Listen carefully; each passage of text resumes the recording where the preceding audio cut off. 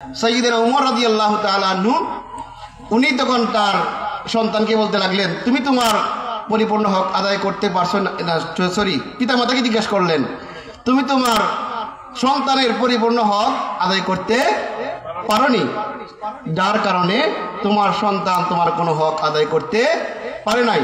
সুতরাং তোমরা দুই পক্ষে আমার কাছে বিচার এনে কি লাভ হলো। সুতরাং প্রিয় উপস্থিতি, এখন আমরা আমাদের সমাজে বললাম না, যে জিনিসটা বেশি চলে সেই জিনিসটা আমরা বেশি করি বা সেই জিনিসটা আমরা বেশি আলোচনা করি, কিন্তু আমাদের গোপনে কি যা আছে সেইগুলো আমাদের কখনো তল্লাশি করে আমাদের সুযোগ হয় না তল্লাশি করার। প্রিয় উপস্থিতি, জন্মের পরে আমাদের সন্তানদের কানে কেন আযান দিতে হবে? সংক্ষেপে কথা বলে ফেলি, 5 মিনিটে 5টা কথা বলে ফেলবো। আযান হচ্ছে শয়তানের জন্য একটা মহৌষধ। এই কারণে যখন সন্তান জন্ম নেয় তখন সন্তান দেখবেন একটা কান্না দেয়, হুয়া হুয়া করে কান্না দেয়। এই হুয়া হুয়া করে যে কান্দে, এই কান্নাটা শয়তানে যখন স্পর্শ করে তখন কান্নাকাটি করে। হুজ্জাতুল বালিগা গ্রন্থে মুহাদ্দিস দেহলভী রহমতুল্লাহ আলাইহি তিনি বলছেন, সন্তানকে যখন স্পর্শ করে তখন সন্তান হুয়া হুয়া করে কান্নাকাটি করে, তখন সন্তানের পিতামাতার উপরে সুন্নতে মুআক্কাদা হলো তার ডান কানে আযান দেওয়া, আর মিশকাত শরীফ হাদিস অনুযায়ী আসছে যে বাম কানে ইকামাত দেওয়া। কথা মনে থাকবে, এই কাজ যদি কোনো সন্তানের মধ্যে না আসে তাহলে এই সন্তানকে মৃত্যুর আগ পর্যন্ত শয়তান স্পর্শ করে যাবে। 2 নাম্বার, যদি কোনো সন্তানের ইসলামী নাম না রাখা হয় তাহলে কি হবে সেই সম্বন্ধে একটা হাদিস আছে, সহিহ বুখারী 6193 নম্বর হাদিস। রাসূল আকরাম সাল্লাল্লাহু আলাইহি ওয়াসাল্লামের কাছে একজন সাহাবী আসলেন যার নাম হচ্ছে হাজন। কি নাম? হাজন। তখন রাসূল আকরাম সাল্লাল্লাহু জিজ্ঞেস করলেন, তোমার নাম কি? সাহাবী বলতে লাগলেন, আমার নাম হাজন। রাসূল বললেন যে না, তোমার নাম হলো সাহল। কি নাম? সাহল। সাফল না, সাহল। সাহ মানে সহজ, নরম, ভদ্র। তখন ওই লোকটি বলতে লাগলো, জি না হুজুর, আমার পিতামাতা আমার নাম রাখছে হাজন, আমি আমার নাম হাজনই রাখবো। দেখেন কত বড় বেয়াদব। তখন এটা আমাদের জন্য শিক্ষা, বেয়াদবি না, আমাদের জন্য শিক্ষা। সাহাবী বলতেছে কি, আমার নাম হাজন, আমি চেঞ্জ করব না। আর রাসূল বলতেছেন তোমার নাম হলো সাহল, চেঞ্জ করলো না। তখন যিনি হাদিস বর্ণনা করতেছেন এই হাজন বা সাহলের নাতি, তিনি বলতেছেন, আমরা আমাদের এই গোষ্ঠীগণক যতদিন পর্যন্ত রয়েছে ততদিন পর্যন্ত দেখলাম, আমার দাদা থেকে শুরু করে যতদিন পর্যন্ত আমাদের গোষ্ঠীগণক বাচ্চা রয়েছে ততদিন পর্যন্ত তাদের স্বভাবের মধ্যে একটা রুক্ষতা ছিল, মানে বদমেজাজি ছিল। হাজন অর্থ হলো রুক্ষতা, বদমেজাজি।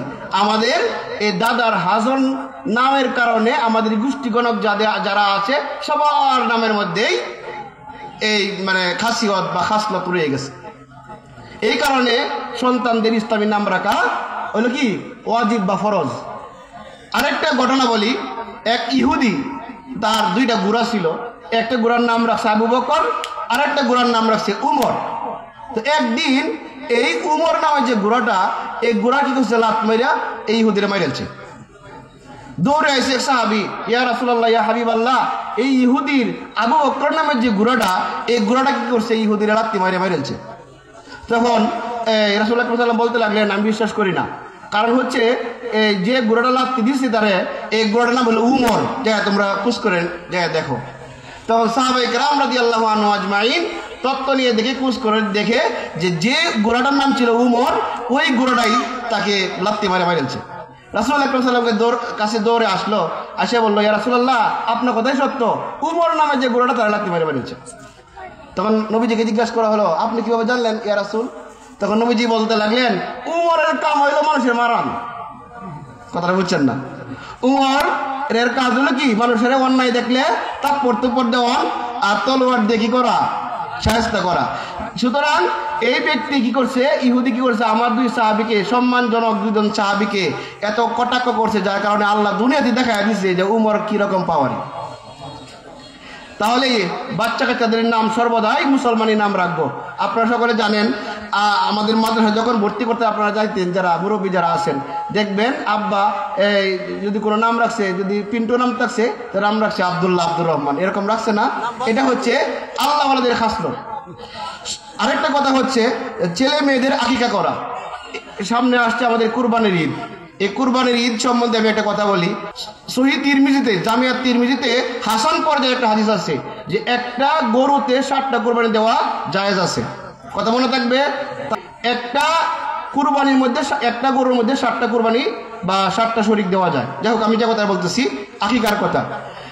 আমাদের কুরবানির মধ্যে যে ভুলটা করি, আমরা কুরবানির উপযুক্ত হয়েছি, কুরবানি দেওয়া আমাদের উপরে কি ওয়াজিব, কি ওয়াজিব, আকিকা দেওয়া কি সুন্নতে মুআক্কাদা।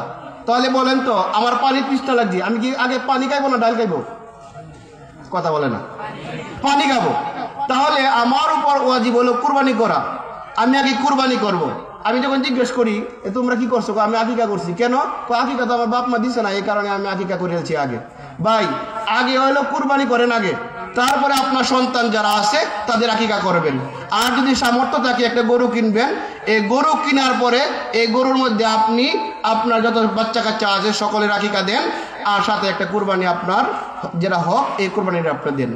আরেকটা কথা বলি নি, আপনারা সকলে জানেন একটা ছেলের 2টা ছাগল আর একটা মেয়ের একটা ছাগল। যদি কোনো ব্যক্তির সামর্থ্য না থাকে, যেমন আমার সামর্থ্য নাই, আমি আমার ছেলের জন্য একটা আকিকা কুরবানি করতে পারবো, 2টা আমার জন্য ফরজ না বা সুন্নতে মুআক্কাদা না। আমার যদি সামর্থ্য থাকে আমি 2টা কাশি কিনতে পারি, আমার যদি সামর্থ্য না থাকে আমি একটা কাশি কিনে আমার সন্তানের জন্য আকিকা করে দেব। এটা হচ্ছে আমার জন্য সুন্নতে মুআক্কাদা, আমরা এই কাজ করবো না ইনশাল্লাহ। আর যদি এই কুরবানির মধ্যে যদি কেউ শরীক দেন, এই কথা অনেকে বলে কুরবানির মধ্যে যদি আকিকা শরীক দেয় তাহলে আকিকা হবে না বা কুরবানি হবে না। এই কথাটা সম্পূর্ণ ভুল, সম্পূর্ণ বানাওয়াট বা জাল। এ কথা মনে রাখবেন, আকিকা এবং কুরবানি একসাথে দেওয়া যায়। মনে মনে নিয়ত করলে হবে যে আমি একটা নাম আকিকা দিতেছি আর অমুক নাম কুরবানি দিতেছি, তাহলে হয়ে যাবে। এই কথাটা বলে শেষ করে ফেলবো। যে কথাটা দরকার সেটা হচ্ছে যে কন্যা সন্তানদের পরিপূর্ণ হক আমাদের আদায় করা। এখানে হাদিসে আছে সহিহ তিরমিজির 1913 নম্বর হাদিস, যে কন্যা সন্তানদেরকে অতিরিক্ত ভরণ পোষণ দায়িত্ব করা। আমি যখন হজে গেলাম, হজে গেলে পরে আমি আমার মেয়ের জন্য খুব বেশি কিনতেছি, তখন আম্মা আমাকে গালি দিয়ে কয় সব নুবার জন্য কিনতেছস, তো ছেলের জন্য কি কিনছস? তখন আমি বললাম, আম্মা দেখো আমার 2 বোন 18 বছর বা 20 বছর বয়সে বিয়ে হয়েছে, আমার বোনেসারিরা বাকি যে সময়টা, এই সময়টুকুতে আমার বাবার সম্পত্তি থেকে কোনো কিছু খাইতে পারছে না, আমি সব বুক করতেছি।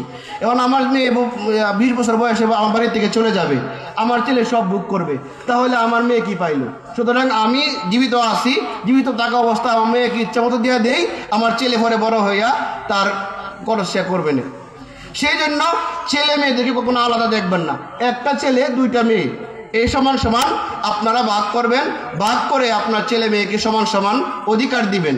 আর ছেলেকে যদি একরকম দেখেন, মেয়েকে যদি আর এক রকম দেখেন, দেখবেন ওই ছেলে আপনাকে লাত্তি মেরে ঘর থেকে বের করে দিবে, আর ওই মেয়েগুলো আপনাকে গুমুট ছাপ করিয়া ঘরের মধ্যে তুলবে। আপনি সেবা শুশ্রূষা, মেয়ের সেবা শুশ্রূষা করিয়া পাইয়া আপনি সুস্থ হইবেন, আপনি এ সমাজের মধ্যে চলতে পারবেন, মুখ দেখাইতে আর পারবেন না।